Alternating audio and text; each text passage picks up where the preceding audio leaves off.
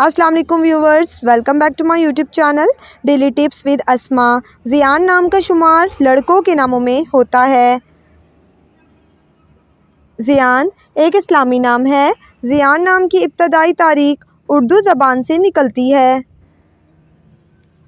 ज़ियान नाम के लड़कों के लिए खुशकिस्मत नंबर 5 माना जाता है। ज़ियान नाम का मतलब है खूबसूरत, मेहमान नवाज। खुशकिस्मत दिनों में जुमेरात और मंगल का दिन शामिल है। ज़ियान नाम का शुमार इंटरनेट पर सबसे ज़्यादा सर्च होने वाले नामों में से होता है।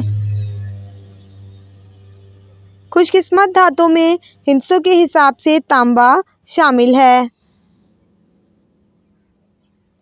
ज़ियान नाम के अफराद के लिए मुआफ़िक रंगों में सुर्ख और भूरा रंग शामिल है। ज़ियान नाम के अफराद के लिए मुआफ़िक पत्थरों में हजरुल वसज पत्थर शामिल है।